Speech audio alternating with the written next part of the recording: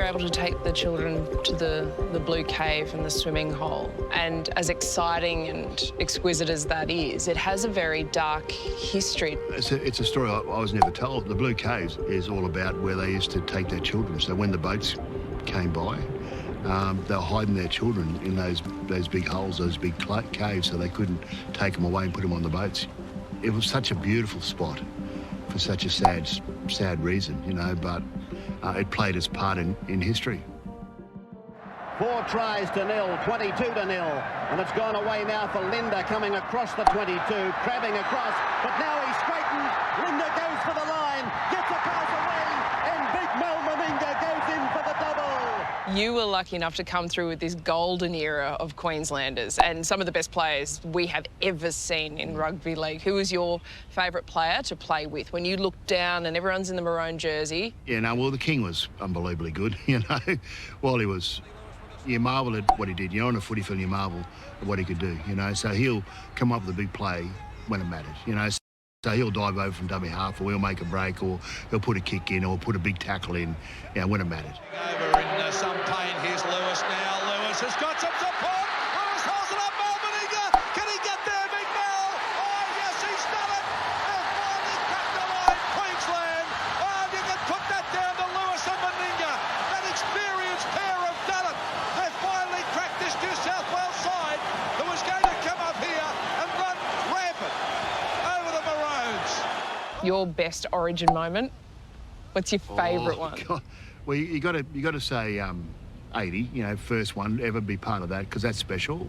Coming back off 4 broken arms in 89 was special for me, you know. So to get back, because you know everyone was writing me off, everyone thought I wasn't going to come back and play the game, but I knew there was more in me, you know, and probably better years in me. Lewis winds up, they rev him up, he's taken it away, the handball pass to it again. Oh, they've done it again this time now, Meninga goes in. Lewis handled twice, Miles got the basketball pass up, they're doing the high five, they're doing the boogie, because they've gone in again. I love 2015, the third game, you know, as a coach. That unbelievable scoreline. Could never predict it, but for me, when I look back on it, it was sort of a culmination of those 10 years. You know, we were together, you know, staff and players together, and I think it culminated on that, you know, that bond we created, and enabled us to put in a performance like that. I mean, really proud of the players and what they achieved that particular night. What happened with your arm? Because that was major, and then who revolutionised the arm guard? Who came up with all of that? Because it almost became part of, here comes Mel with his arm guard. The only thing I've changed in footy is they changed the goalpost pads. Yeah, that's true. You know, so I've hit the goalpost, and obviously those days the pads are only a bit like cricket pads as well, so just wrapped around the pole, but the pole was off the ground, so my arm just hit the goalpost. The arm guard became a point of fascination for everyone. Yeah, it was made of rubber. So was it? I thought it was fiberglass. No, well, there was a little bit of fiberglass in it. I thought there might have been. There was just a little bit, not much. Back into Meninga, Meninga sledges for the line, and he scored a try. Now Meninga scored a try for Canberra. The crowd love it, the players love it. It's an astonishing try. It took a man of his bulk and strength to do it. But it was made of rubber. It was made of rubber. Then it had a little fiberglass insert in it that went across. Oh, like a splint. Like a splint, yeah. Just that it was. So it wasn't hard. Then I put a little bit of a thermogard over top of the rubber, so it was, you know, it was passed by the touchies, and then when they move out, I just put the fiberglass in. No, just joking. It just became part of your look for a while, Yeah, and I for a think it while. also signified, you know, this champion man has worked so hard and now he's back. Yeah, well, thanks for that. I appreciate that. I did work hard. Here's a chance, Mel Meninga. Oh, what power, what size, as he handed off number 4, Lesdale, and Mel Meninga, the huge burly Queensland centre, puts Australia in the lead. Australian honours followed pretty quickly for you in your career and your journey. What was the honour of pulling on the green and gold of the Kangaroos? Oh, to me, it's the best personal honour you can have. I say to the players, that's the piece, that jersey is the first thing that goes on your mantelpiece, because that tells you you're the best player at that particular time in your position. You know, that's a huge honour, and to put responsibility. It's not just a state. You haven't got the club responsibility. You haven't got your state responsibility. You've got a massive responsibility of your country. We know that winning grand finals is, you know, so exciting, and, you know, it's a huge achievement, and doing it with your teammates and your mates, you know, because you're with them all year round. That's a fantastic achievement, and to win an Origin series is huge. You know, it's become a, you know, it's become a talking point for people outside of our game, you know, to actually win an Origin series, which is great. But personally, deep down in my heart, it's wearing the...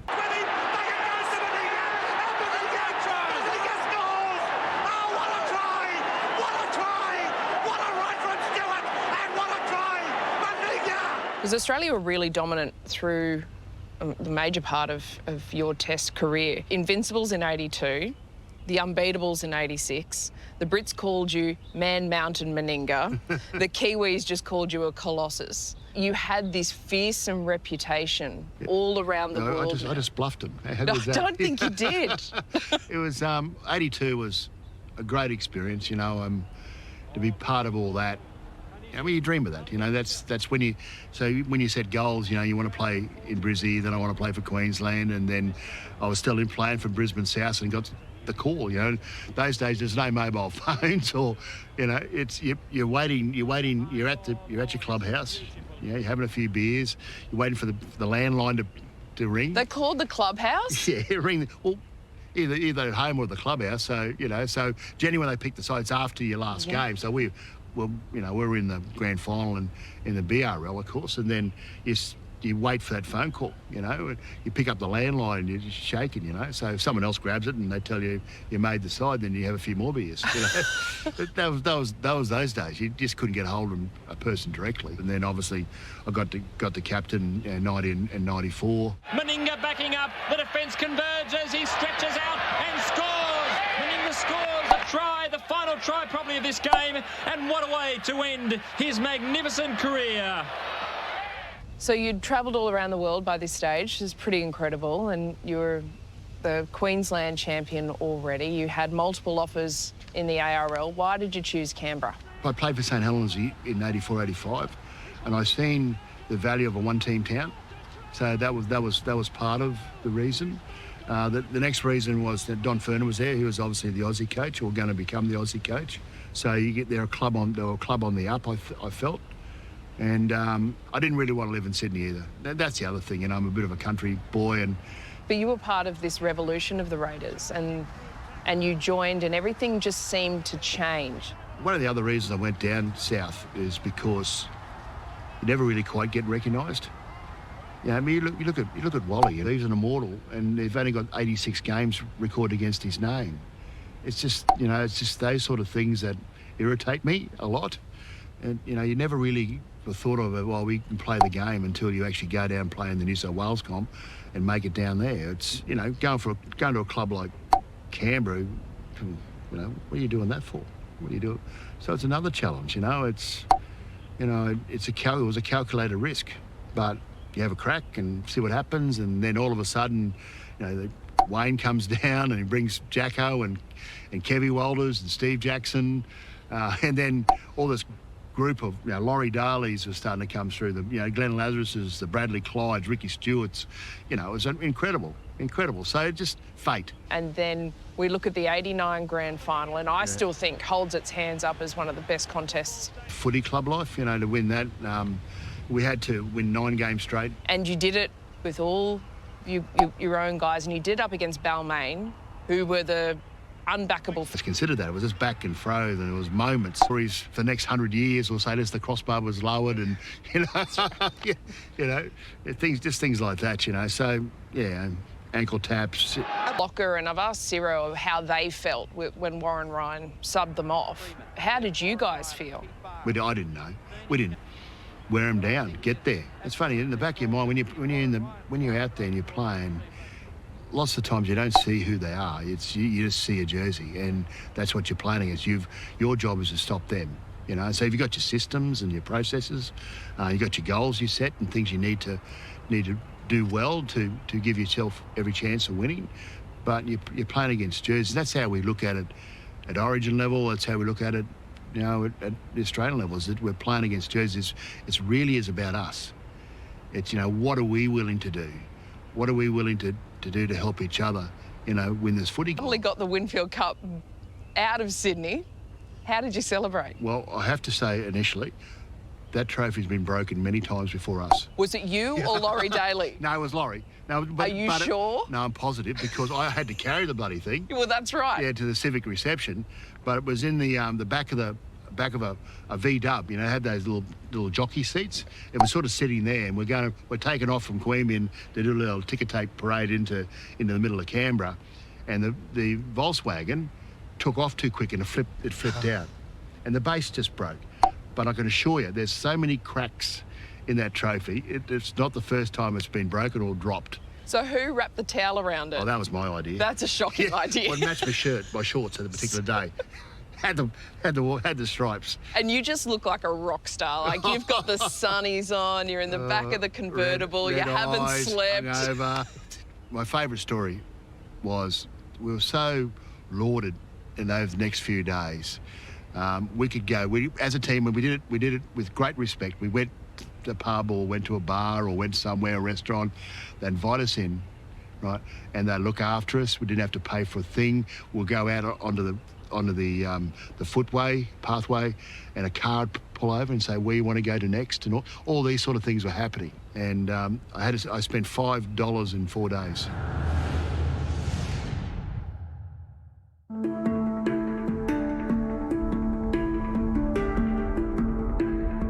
Me and Zach are really excited.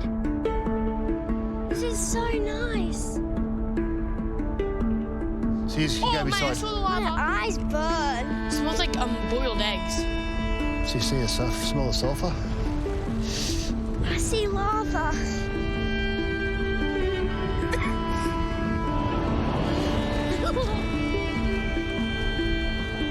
Oh wow, it's filled now because of that big explosion. You see all the red? Yeah, it was flying out.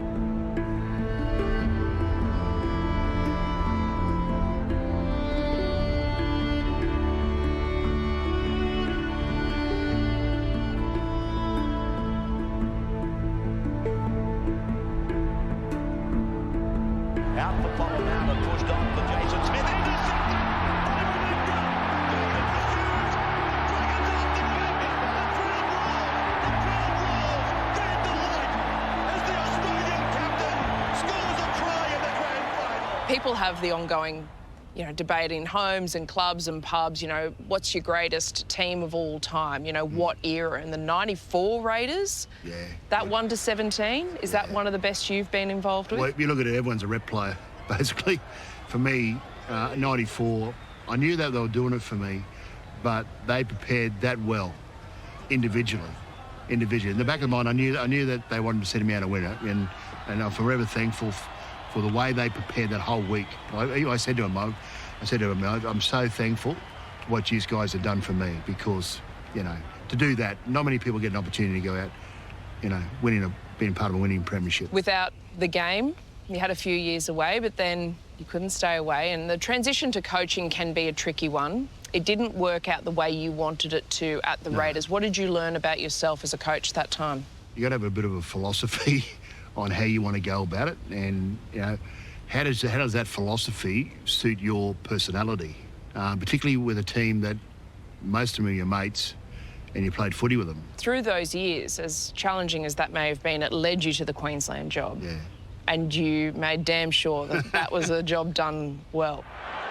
So Smith, now it's away to Crump. They got the numbers. Hodges is over. Justin Hodges is over to score. Queensland have won their 8th consecutive series. It is a wonderful Australian sports achievement. The champions prevail. The dynasty continues. The names that were starting to walk through the door, wanting to be Queenslanders at that time, it was a perfect connection for you, and it was a perfect connection for them. Yeah, timing was good again, Bonnie, you know, so, I mean, who would have known, you know, when they come together? I mean, you can see these exciting players through, like, 2003, 4 and 5. Yeah, and obviously it weren't quite clicking, but then, you know, when they started to mature, and the Cameron Smiths and the, you know, Billies and the Jonathan Thurston, you know, Darren was still there, Petro was still there, Pricey was still there. GI. We're playing against those standards, those beliefs, and the weight of expectation, you know. By the end of the day, what makes the difference, that little extra 1%, it comes from your heart, it comes from your feelings, not from your ability. It's your character. Your character gets revealed, as they say, in Origin. But to Mal and our entire coaching staff, all of our performance staff and management, thank you so much for an enjoyable 6 weeks. Now that you're in charge of the Kangaroos, and we went through a period there where Origin sort of superseded representing your country. For some reason, Origin just became the end goal. How important was that, and how do you also balance that, wanting to play for Australia, but also encourage all the growth of the Pacifica? Still not quite where we need to be. You know, Origin is the beast, but I think there's enough passion. Like we've talked about before, I've seen the passion in Origin, you know, commencing in 1980, and I can see the passion amongst all our followers, you know, the Pacific Island followers, the Papua New Guineans, the Kiwis, and us, you know, we just got to keep that passion going. It's a fascinating observation for you to be the Australian coach, but also encourage some of the biggest names in our game to be proud of who they are and to be Pacifica Islanders. And that's what you've done with your family. And this is, we're going to see for the very first generation that they won't be ashamed of where they're from. No. And they will honour their grandparents, and they will honour their heritage. I'm extremely happy. Jerome Luai says he wants to play for Samoa. Go put the blue jersey on, that's great. In the meantime, I want an Australian player that wants to put on the green and gold jersey, because I know if he's passionate about the green and gold jersey, I'm going to get the best of him. That helps builds that passion, because they all want to put that jersey on, no matter what colour it is, and compete. And they want to show their country, you know, who's the greatest rugby league team in the national scene. Before leaving Tanner, Mal wanted to bring his children here, to the island's rugged south coast, the location his great-grandfather left Vanuatu forever. Hey, Zachy, get the others, bring the others up. I want to tell a story. So you know where we were yesterday? Yeah. In the village. So our great-grandfather went from that village and came all the way down here to seek a better life. He felt that there's something bigger in the world to go to. And he chose to jump on the boat and go to Queensland to work and see what happens. And if it wasn't for him to make that really courageous decision, we wouldn't be here today, doing what we're doing. We're very lucky, I reckon, eh? One of the things that I really love about my life is that I found out, you know, some about my history and my ancestry and where my great-grandfather come from. And you know what? It makes me feel really good inside, and it feels like in my heart this is part of our home, and that's why I brought you along here, so you get to understand who you are and, you know, where you come from. You know, we'll always be Australian, won't we? We were born there, we live there, we love Australia, but we should never forget our Melanesian background.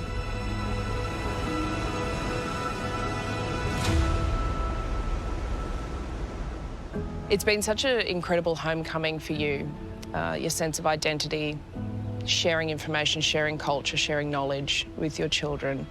Do you think that this now, for them, they will be very proud to step forward into this world and be South Sea Islanders? It's been a really strong journey for them to start to understand, because they're asking questions. The more knowledgeable we are, the more curious we get, and the more information we're chasing. Just from a personal point of view, you know, so this is my story, but everyone's got a storyline. Once you understand that, well, then you start to piece together, well, what's my personality? What's my character? You know, what are the things I'm doing now? Well, how does that all interact, and how does that make me the person I am today? I think that's a really important lesson you need to understand, you know, because when you go to the grave, you feel complete.